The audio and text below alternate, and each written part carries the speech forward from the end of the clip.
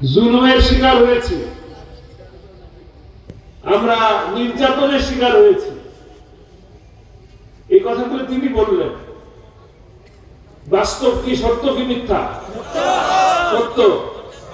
আমি একটু পিছন থেকে বলতে চাই, আরো একটু পিছনে যেতে চাই। আপনাদের অনেকের মনে থাকার কথা, আর অনেকেই, বেশিরভাগ মানুষই আছেন যারা এই কথা শুনে থাকবে। আমরা এক সময় ভারত, বাংলাদেশ, পাকিস্তান, নেপাল, শ্রীলঙ্কা, আমরা সব একসাথে ছিলাম কিনা? যেটাকে বলা হয় পাক ভারত উপমহাদেশ। বিশাল একটি দেশ, বিশাল ভূখণ্ড, মরুভূমি, পাহাড়, পর্বত, সমুদ্র, কোনো কিছুর অভাব নাই। আল্লাহর অসীম রহমত আর সম্পদের ভান্ডার ছিল এই পুরা ভারত উপমহাদেশ জুড়ে। সেই ভারত উপমহাদেশ এক সময় আমরাই বললাম ভালো নেই। ভালো নেই কেন? আমরা বৈষম্যের শিকার হচ্ছি। আমাদের যে অধিকার, আমরা সেই অধিকার, ন্যায্য অধিকার থেকে বঞ্চিত হচ্ছি। সেই সময় যুদ্ধ হলো, দাঙ্গা হলো, 47-এ এসে দেশ ভাগ হলো। আমরা বলি এটা দেশ ভাগ হলো, ঠিক কিনা? কেউ কেউ কি কথা শুনেছেন? দেশ ভাগ হলো। দেশ ভাগের পরে একটা সময় আসলো, আবার আমরা পাকিস্তানের সাথে থাকলাম, ভাষার বৈষম্য হলো, আমরা উর্দু চাই না, বাংলা চাই, যুদ্ধ হলো। অথবা 4-5 জন 6 জনের জীবন গেল, সালাম, রফিক, বরকতের জীবন গেল। সেই জীবনের বিনিময়ে, তাদের শাহাদাতের বিনিময়ে আমরা আজ বাংলা ভাষায় কথা বলি। কিছুদিন ভালো থাকলাম, আবার কিছুদিন পরে আর ভালো নেই। ভালো নেই, গণ অভ্যুত্থান হলো, নেতারা জেলে গেল, ভালো নেই। মুক্তি পেলে যুদ্ধ শুরু হলো। দীর্ঘ 9 বছরের যুদ্ধ, 9 মাসের যুদ্ধ, 30 লক্ষ মানুষের জীবনের বিনিময়ে মাত্র 55,500 বর্গ মাইল অর্জিত হলো। আমরা স্বাধীন হলাম, বললাম ভালো আছি। ভালো আছি? ভালো আছি। কিছুদিন ভালো ছিলাম, তারপরে আবার দুষ্কৃতিকারীরা নেতাদেরকে হত্যা করলেন, পরিবার সহ হত্যা করলেন। বিপ্লব হলো, আর এক সরকার আসলো। সেই সরকার এসে কিছুদিন থাকলেন, বললেন, আমরা বললাম ভালো আছি। আবার কিছুদিন পরে আর ভালো নেই, তাকেও হত্যা করা হলো। আবার আর এক রাজা আসলেন। রাজা এসে 9 বছর দেশকে শাসন করলেন। 10 বছরের সাজা নিয়ে তিনিও বিদায় নিলেন। আবার তিনি সংসদ সদস্য হিসাবে অনেক বছর থাকলেন। আবার নির্বাচিত সরকার আসলো, কিছুদিন ভালো থাকলাম, আমরা বললাম আবার ভালো নেই।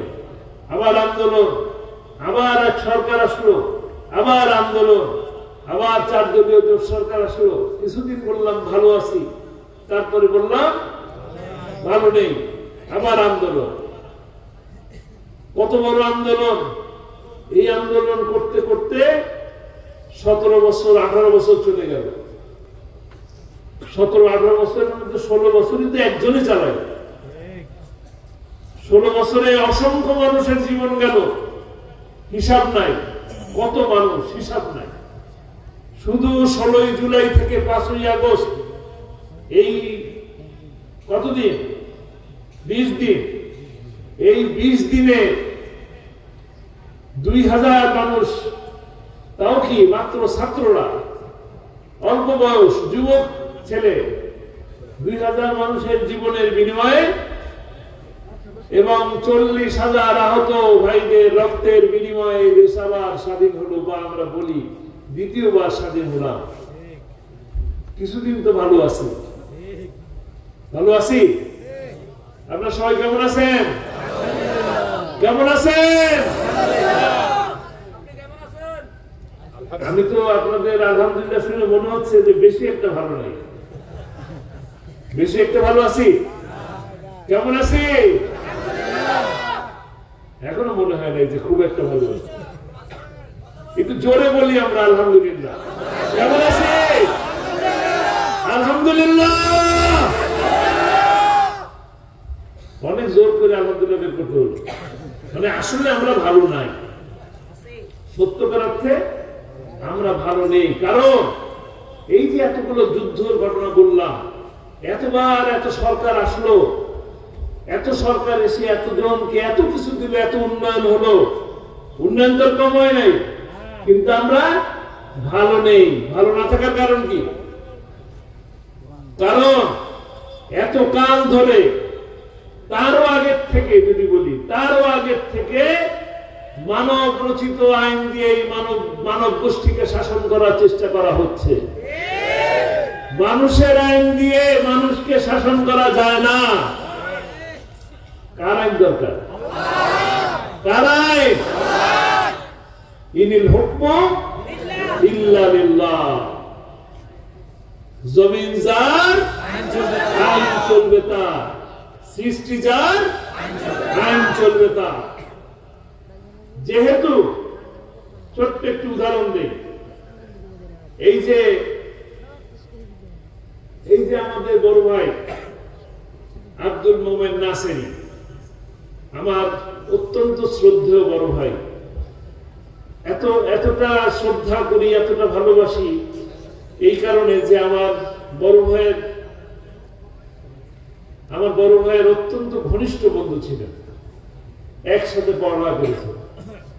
আর আমার তো সেই বড় ভাইটাও নাই। আমি বড় ভাই হিসাবে আমার এই নাসিরি ভাইকে ওইভাবেই সম্মান করি, মর্যাদা দেই। আজকে এখানে আসার পিছনে এই কারণ আমি আজকে একটা দিন ফাঁকা ছিল আমার, কক্সবাজারের প্রোগ্রাম করে ঢাকায় একটা দিন, আজকে 1 তারিখ থাকবো, আগামীকাল চলে যাব কোথায়? বগুড়ায়। উনি নিজে দেখলেন একটা দিন ফাঁকা আছে, আমার কাছে চাইলেন, আমি তাকে না করলাম। বড় ভাইকে শ্রদ্ধা করে তার কথা মেনে নিলাম। সেই বড় ভাই এইখানেই বাসা, আমি এর আগে একবার আসছি, এখানেই বাসা। কয়তলা বাড়ি? কয়তলা? দোতলা? কতটুকু? একতলা বিল্ডিং, একতলা বাড়ি। এই একতলা বাড়ির মালিককে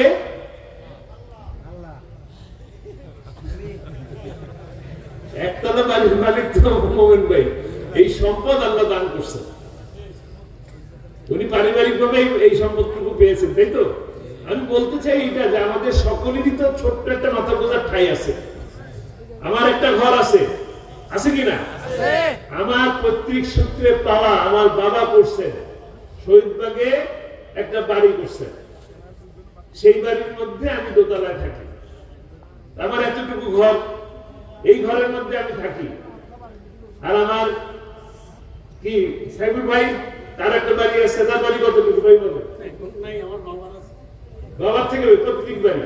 যাই হোক, মানে প্রত্যেকেরই একটা ঘর আছে, থাকার জায়গা আছে কিনা?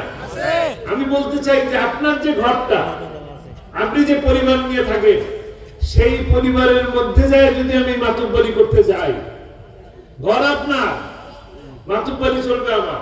চলবে না। আপনি মানবেন? আপনারা কেউ মানবেন? আমিও কিন্তু মানবো না। আপনারা যে কেউ হন না কেন, আমার বাড়িতে এসে আপনি আমার ঘরে মাতুব্বরি করবেন, আমার স্ত্রীর উপরে, আমার সন্তানের উপরে আপনার মাতুব্বরি মানবো? মানবো না, কখনোই মানবো না। আল্লাহ মানবেন কেন? আল্লাহ মানবেন কেন? এই জমিন কার? এই আসমান কার? এই যে বৃষ্টি দেন, রহমতের বৃষ্টি, এই বৃষ্টি কার? এই নদী কার? এই সমুদ্র কার? সমস্ত সৃষ্টি জগৎ যার, আইন চলবে তার। আমরা যেহেতু তার উপরে মাতুব্বরি করতে চাই, কার উপরে? নাউজুবিল্লাহ। মাতুব্বরি করার কোনো সুযোগ আছে? সুযোগ নাই।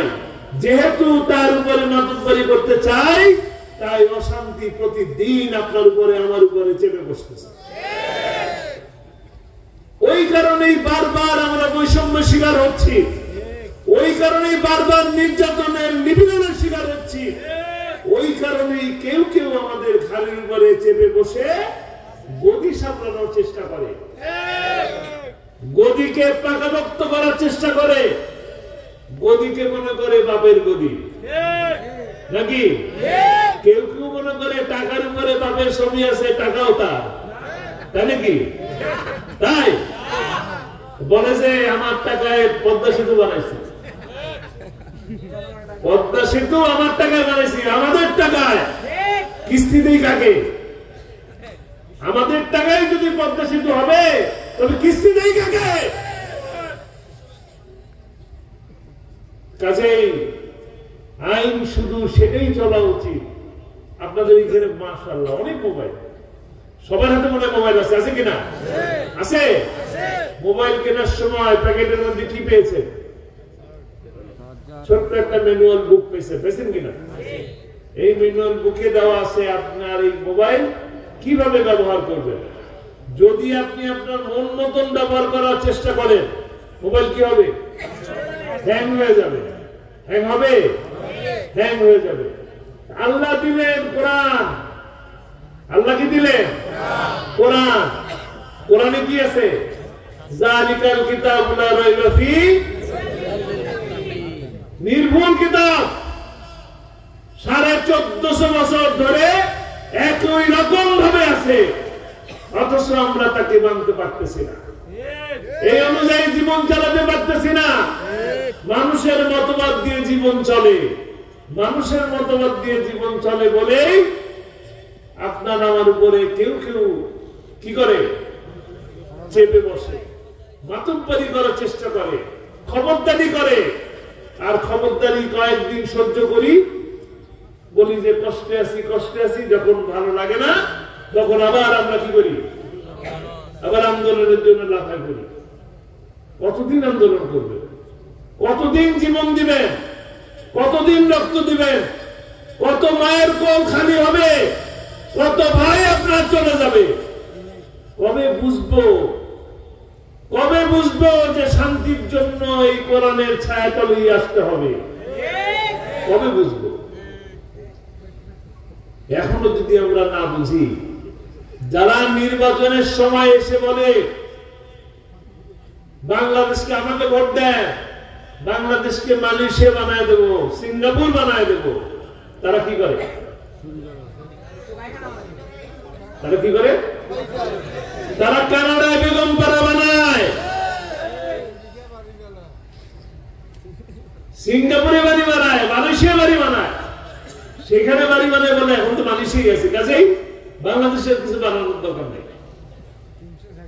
হয় আমাদের উপরে সবাই জুলুম করে যাচ্ছে, আমাদের ঐক্যবদ্ধ হতে হবে, ঐক্যবদ্ধ হতে হবে।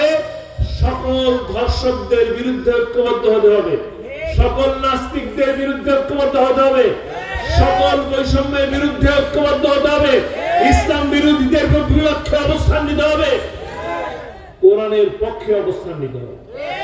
একমাত্র কোরআনই পারে আমাদেরকে মান, সম্মান, ইজ্জত, মর্যাদা দিতে। আপনারা কোরআনের পাখিকে চিনেন? কোরআনের পাখির নাম কি? কোরআনের পাখির নাম কি? ভালোবাসেন? অনেক ভালোবাসেন? আমি জানি আপনারা অনেক ভালোবাসেন, কারণ তার বিরুদ্ধে যে ফাঁসির রায় হলো 28শে ফেব্রুয়ারিতে 2013 সালে, এই মিরেশ্বরের রাজপথ রঞ্জিত হয়েছে অসংখ্য ভাইয়ের। ভুলি নাই, ভুলি নাই, ভুলবো না ইনশাআল্লাহ। এবং এই রক্ত বৃথা যেতে দেব না। কিন্তু বলতে চাই এই কথা, কিন্তু বলতে চাই এই কথা যে আল্লামা সাঈদীকে যে ভালোবাসেন, আল্লামা সাঈদীকে আপনার আত্মীয় হন? কেন ভালোবাসেন? ভালোবাসেন কোরআনের জন্য। কোরআনকে তো মানতে পারি না। যে কোরআনের জন্য ভালোবেসে আল্লামা সাঈদীর জন্য জীবন দিয়ে দেই, সেই কোরআনকে ভালোবেসে কেন কোরআনের শাসন কায়েমের জন্য চেষ্টা করি না? আমরা আল্লাহর আইন চাই। শাসকের শাসন চায়। আল্লামা সাঈদী তার সমস্ত বক্তব্যের শেষে বলতেন, কোরআনের রাজ প্রতিষ্ঠা হয়েছে এই দৃশ্য দেখে যেন আমার মৃত্যু হয়। ঠিক কিনা? ঠিক। তিনি কি কোরআনের রাজ প্রতিষ্ঠা হয়েছে, আল্লাহর আইন প্রতিষ্ঠা হয়েছে দেখতে পেরেছেন? এই আল্লাহর আইনকে প্রতিষ্ঠা করার দায়িত্ব কার? আমাদের সবার। আমাদের সবার। আল্লামা সাঈদীর এই ত্যাগ, এই কোরবানি, তিনি ইচ্ছে করলে এরকম গদিতে গদ্দিনসীন হয়ে পীর সাহেব হয়ে থাকতে পারতেন। তিনি ইচ্ছে করলে যে মুহূর্তে জেলে ছিলেন, আমার ভাই সাক্ষী আছে, তিনি জেলে বন্দী হলেন, গণভবন থেকে অনেকবার প্রস্তাব এসেছে, অনেকবার, বহুবার। দল ছেড়ে দেন, জামাত ইসলামী ছেড়ে দেন, 4 দলীয় জোট ভেঙে ফেলেন, আলাদা দল করেন, অনেক অভাব। কোনো অসুবিধা হবে না, মামলা সব চলে যাবে। কিন্তু তিনি কি তা করেছেন? কারো কাছে আপোষ করেন না, এক আল্লাহ ছাড়া। এক আল্লাহর কাছে মাথা নত করেছে, আর কারো কাছে নয়।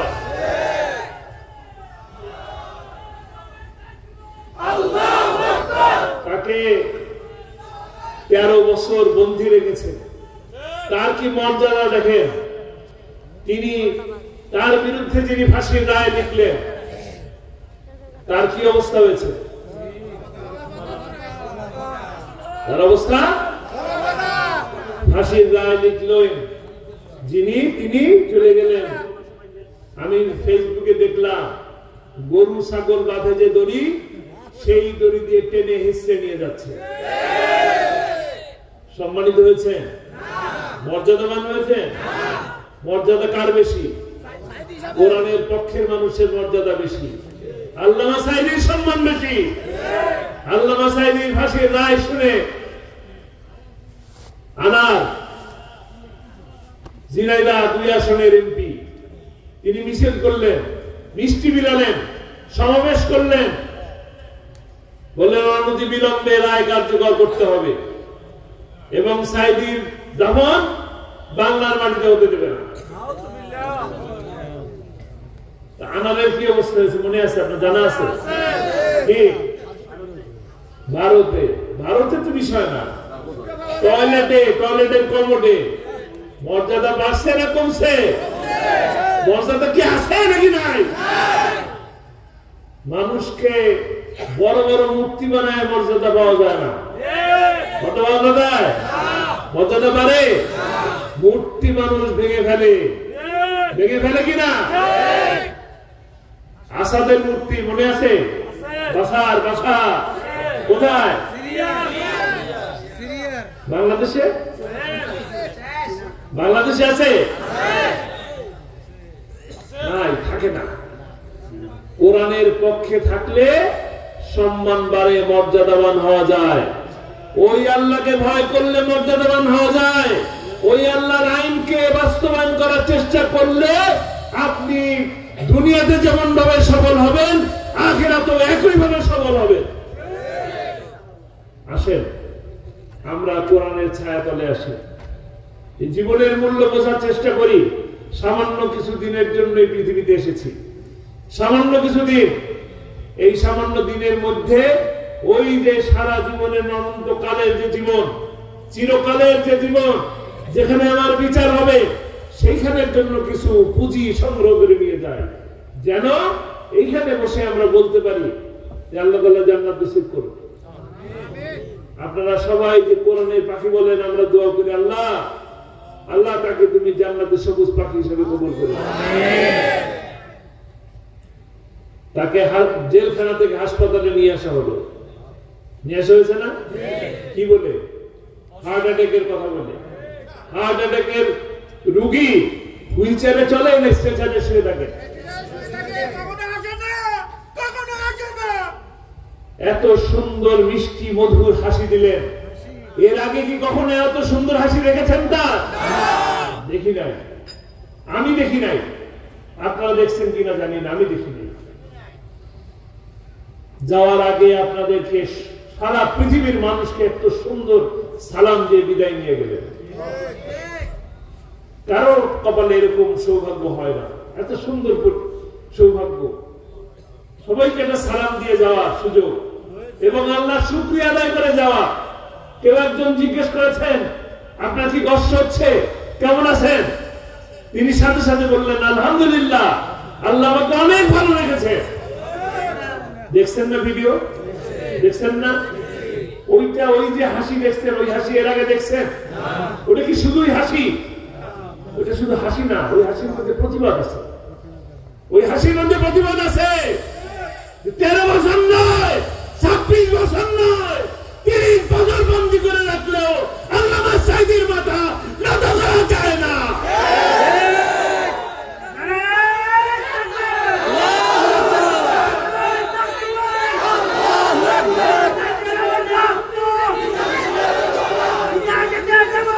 আলহামদুলিল্লাহ, তিনি সালাম দিয়ে হাসি দিয়ে দুনিয়া থেকে চলে গেলেন।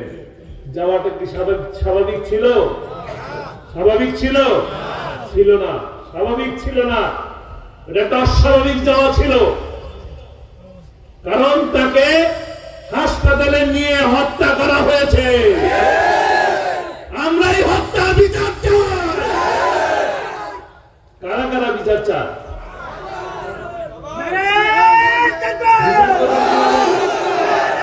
বিচার করবেন কিভাবে? বিচার করবেন কিভাবে? বিচার করবেন কিভাবে? কোরআনের রাজ প্রতিষ্ঠার মাধ্যমে এই প্রতিশোধ দেব ইনশাআল্লাহ। সময় আসছে, আগামী দিনের সূর্য হবে ইসলামের সূর্য। সাঈদের রক্ত বৃথা যাবে না, আলমের রক্ত বৃথা যাবে না। 5ই মেতে আলেমুল আমাদেরকে শাপলা চত্বরে নিয়ে লাইট অফ করে দিয়ে পানির মতন গুলি করে হত্যা করা হয়েছে। আলেমুল আমাদের রক্ত বৃথা যাবে না ইনশাআল্লাহ। এই বাংলার বাড়িতে ইসলামের পতাকা, কোরআনের পতাকা উড্ডীন হবে হবে ইনশাআল্লাহ।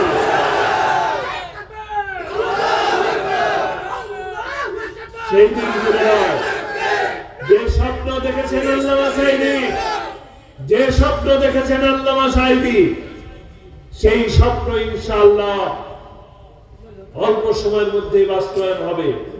আল্লাহ আমাদেরকে দেখাবেন। তিনি দেখতে পারেন নাই, কিন্তু আল্লাহ আপনাদেরকে দেখাবেন ইনশাআল্লাহ। প্রয়োজন হলে দ্বীনের জন্য, ইসলামের জন্য, কোরআনের জন্য, কোরআনের পক্ষের মানুষের জন্য আবারও যদি রক্ত দিতে হয়, আবারও যদি জুলুম জেলে যেতে হয়, আবারও যদি জীবন দিতে হয়, আমরা কি প্রস্তুত আছি?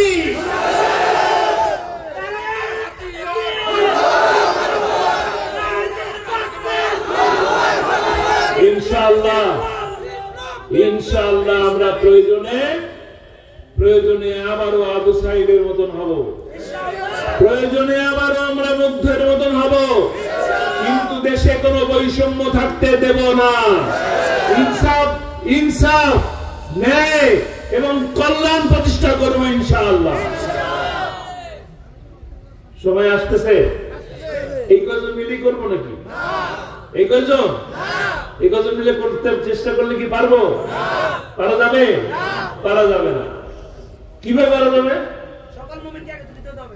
সব মানুষকে একটা চেষ্টা করতে হবে। আমরা একজনে কমপক্ষে 20 জনকে দাওয়াত দেব, 20 জনকে দাওয়াত দেব কোরআনের পক্ষের জন্য, ইসলামের পক্ষের জন্য, বৈষম্য দূর করার জন্য। আমরা ঐক্যবদ্ধ হব ইনশাআল্লাহ। রাজি আছি? যারা যারা রাজি আছি,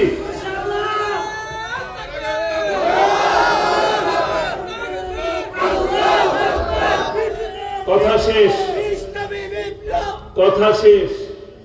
আমরা চেষ্টা করব দ্বীন প্রতিষ্ঠার আন্দোলনে আমাদের সকলকে, ইসলাম প্রতিষ্ঠার আন্দোলনে আমাদের সকলকে ঐক্যবদ্ধভাবে প্রচেষ্টা চালায় যাওয়া।